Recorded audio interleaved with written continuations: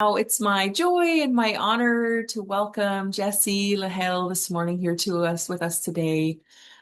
Jessie is here to share with us about the martyrdom of Sri Guru Tegh Bahadur Sahib Ji. Jessie is an award-winning global changemaker and visionary CEO of the Kaur Collective Foundation.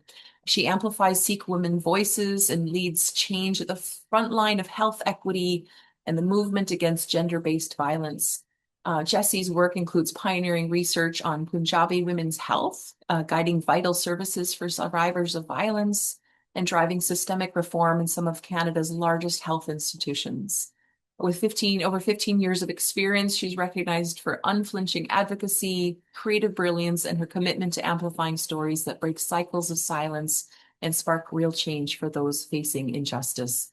Jessie, Kathy shared me just briefly a little bit about your background, and I was very excited for you to be here today and share with us about the guru, but also just who you are as a human. So welcome, and I turn it over to you to lead us in today's learning. So, Thank you so much. Thank you for this beautiful opportunity.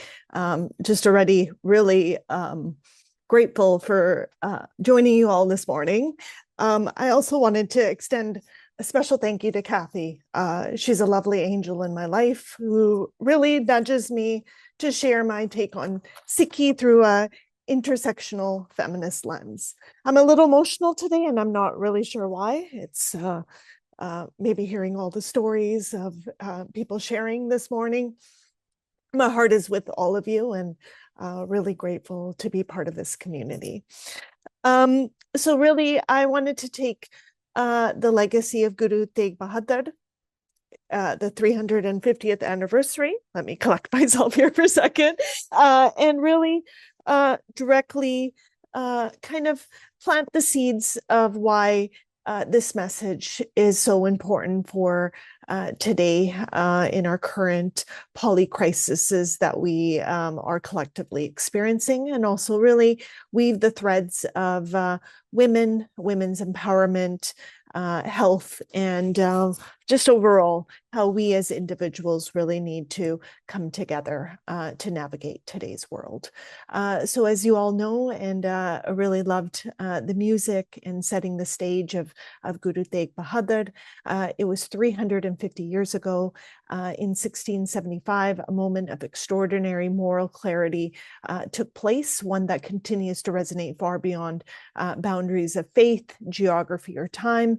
Guru Tegh Bahadur is the ninth Sikh Guru, was approached by Kashmiri Pandits, so Hindu Pandits who are very well educated, whose entire existence was being threatened by forced conversion under Mughal imperial decree.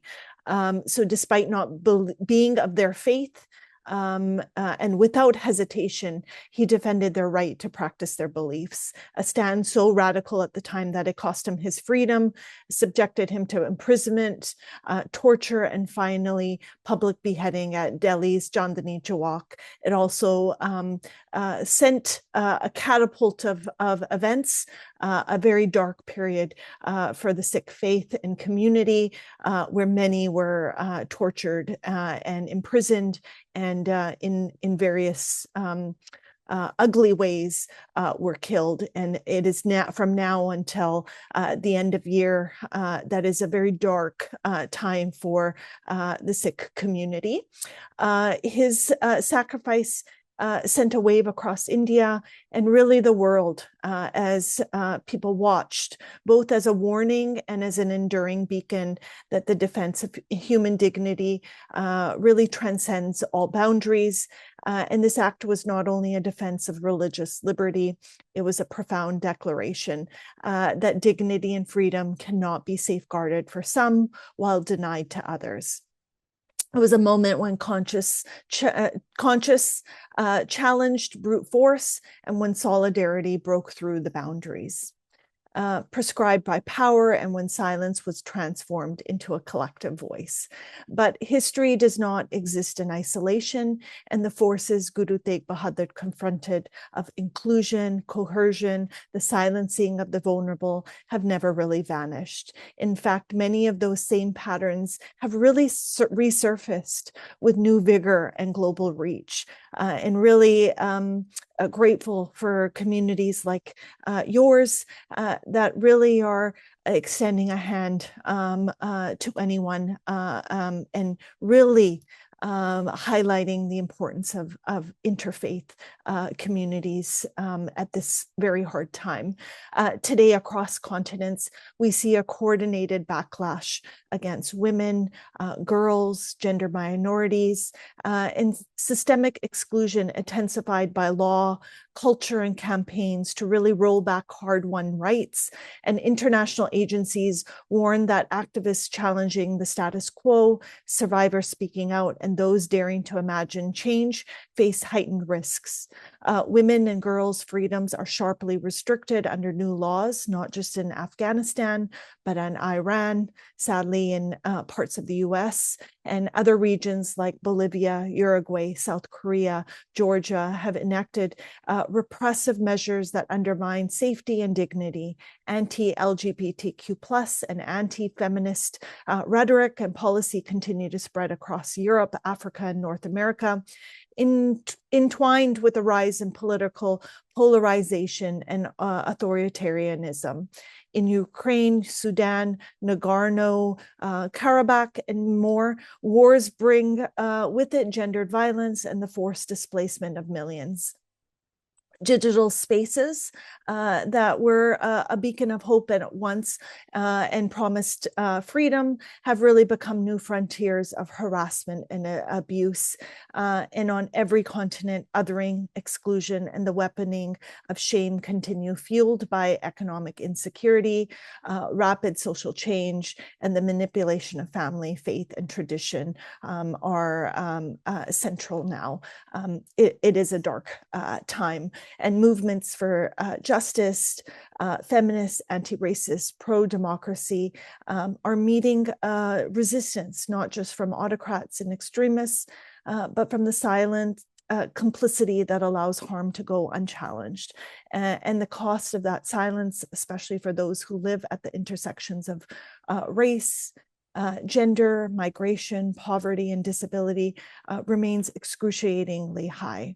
Against this global turbulent background, Guru Tegh Bahadur's legacy calls us on us to ask, who do we protect and who is left exposed, and who is believed and who remains invisible? And what must our solidarity look like when justice is besieged, when pain multiplies in silence, and when progress depends on our willingness to risk comfort, challenge power, and center those whose stories too often remain unheard? It is these questions for many, many years that have really shaped my own journey. And as CEO of the Kaur Collective Foundation, they continue to take shape. Every day I'm learning new things, and I'm really trying to build systems and programs and structures that really are agile and take into account current world events and things that really need support in our current lives here in Canada, but also globally. Really, my mission is simple, though never easy, I have to say, is to really amplify Sikh women's voices and turn equity from an aspiration into a lived daily reality. And the legacy of Guru Tegh Bahadur, for me, is not abstract, and really, I hope it's not for any of us. We carry it forward when we name injustice and when we intervene, when we choose not to look away.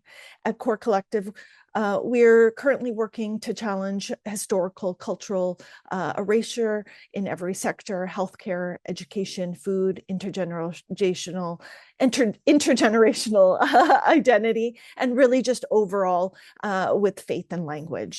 Our flagship new framework, the Bridging Language and Health, a gender-sensitive translation framework for Punjabi women's health education, was really born from listening to stories of women, women like my mom, my aunts, my sisters, who even in modern Canada found themselves misdiagnosed or dismissed, sometimes unable to communicate pain, sometimes silenced by stigma or system failures, and really not even understanding what's written in consent forms, which is really a legal concern in the health space.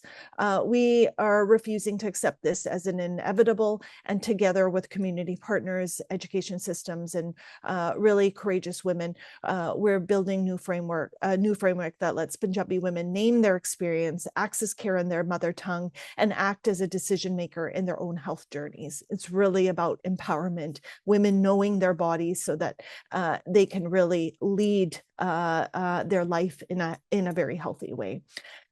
To really put a face to this, in one of my focus groups over the summer, a woman in her 60s who has been long overlooked by clinicians shared her story of finally getting screened for cancer after years of confusion, cultural hesitation, shame, perhaps even some racism within the system. Her courage was not just about a medical advocacy. It was really about reclaiming ownership of her own narrative and really setting the bar for teaching her children, namely her daughter-in-law, and granddaughters, that speaking up is strength and not shame, and that really having empowerment over one's body is really a gateway for women to be healthy, but families to be healthy, and communities overall to be healthy.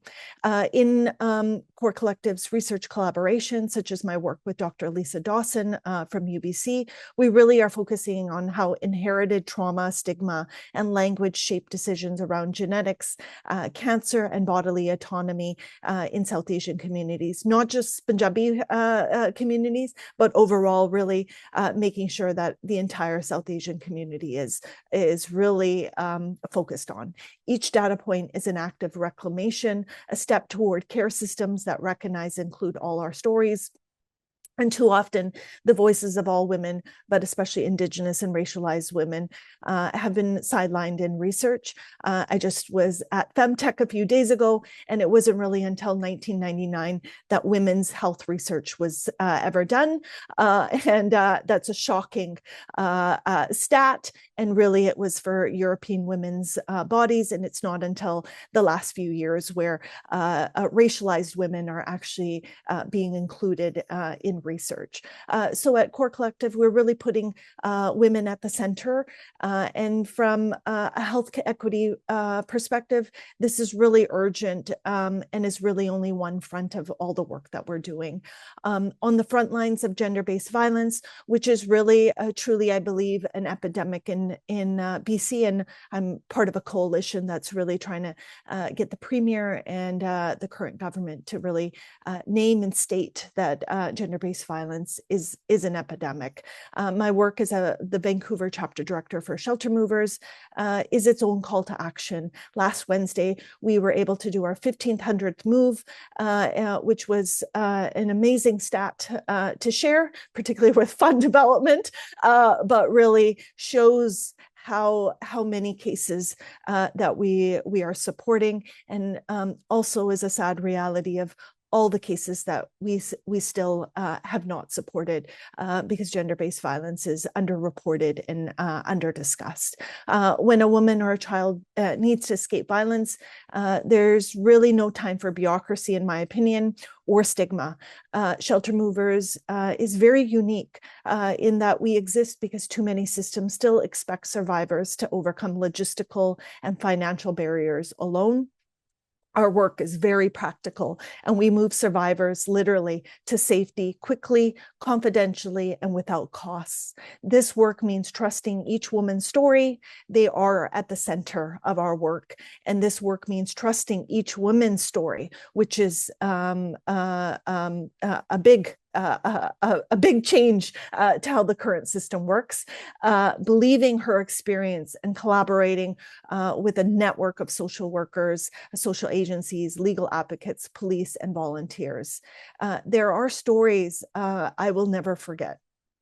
There's Jill, that is not the woman's name, who fled her home with her two children, uncertain of her next steps, but determined to survive. For her, our services were not just about housing or safety plans, they were about hope, about believing that her life could be rewritten because a community had her back. Whew, time and again, we've seen that when systems and people show up with practical support, survivors reclaim power and dignity. It is not logistics, it is justice in motion. Again, a few months ago, we were supporting a woman named Kay, again, not her real name, who had endured years of isolation and fear in her home, cut off from her community and unsure if she'd ever be able to choose safety over survival. On the day she decided to leave, there was snow on the ground and silence in her street. Shelter movers arrived quietly, greeted her with warmth and affirmation, and carefully helped her gather not just her belongings, but the pieces of her life and dreams she thought she lost. You're not alone, there's a future, and you are already living it. For the first time in a long time, Kay told us she felt seen, heard, and able to imagine something beyond her fear. I'm so sorry. Today, she's thriving, pursuing new education, helping neighbors, and most beautifully of all, volunteering in her free time to support other survivors taking their first brave steps toward freedom. Ooh. This is what collective courage looks like. The ripple that begins with one act of solidarity grows into a web of hope powerful enough to break generational cycles of silence and violence. No system can change alone, and no individual's advocacy is enough. True change must be intersectional because oppression is always intersectional.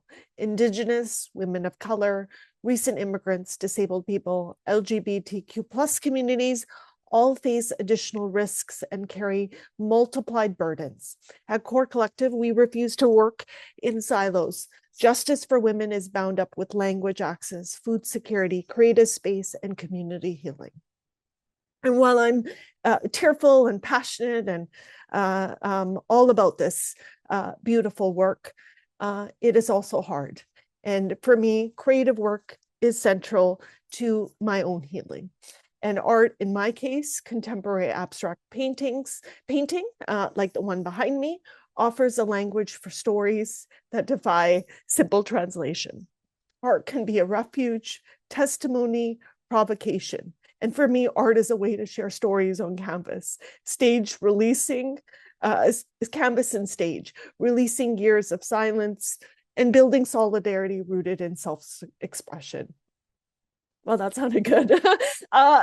This act of creation itself is a form of resistance, a way to transmute pain into presence and really to alchemize what I witness to something more beautiful and to make the invisible visible. The collective toll of injustice can seem overwhelming, and the news is filled with headlines about new restrictions, violence, rollbacks of rights, and successive waves of trauma. Overall, I don't know about the rest of you, but it is exhausting watching the news and keeping up with the headlines, but still very important for all of us. Yet, as Guru Tegh Bahadur's stand teaches, the most improbable courage often emerges in periods of greatest adversity. The dark and the light both must be present for us to live this human experience. And periods of backlash and re-entrenchment are holding the seeds for coalition, strategy, and lasting transformation. And spaces like this are becoming more and more important.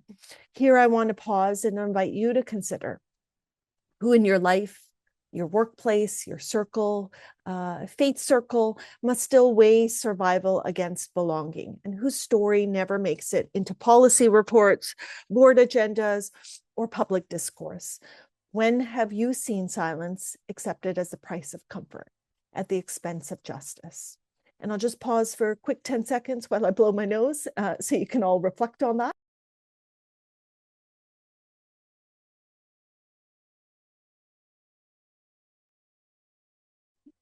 I challenge all of us, myself included, to recommit daily, to not leave the work of safety or equity to someone else, and to intervene when a joke or a remark diminishes others, to advocate for reform in education, healthcare, and social services, and to ask with humility, where have I missed a story, ignored a barrier, chosen comfort over courage?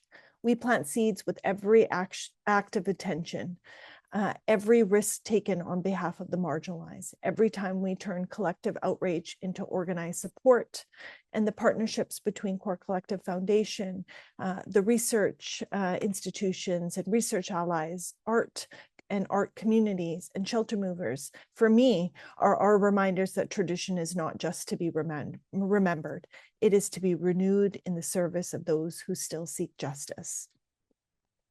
And as the 350th anniversary of Guru Tegh Bahadur's martyrdom unfolds and is really celebrated, let us do more than mark time. Let it be a beginning, a renewed commitment to collective resistance, to rewriting the narrative, to ensuring justice does not depend on luck or privilege. And let us leave behind not only stories of pain, but systems transformed, policies reimagined, and communities where every woman and survivor can recognize her own agency and hope.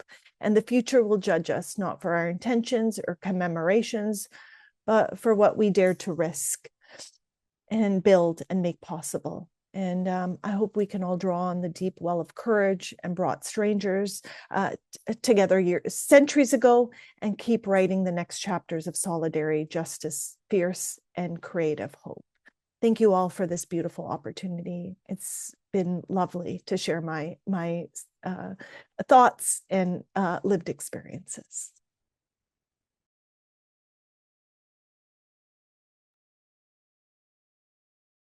Thank you so much, Jessie.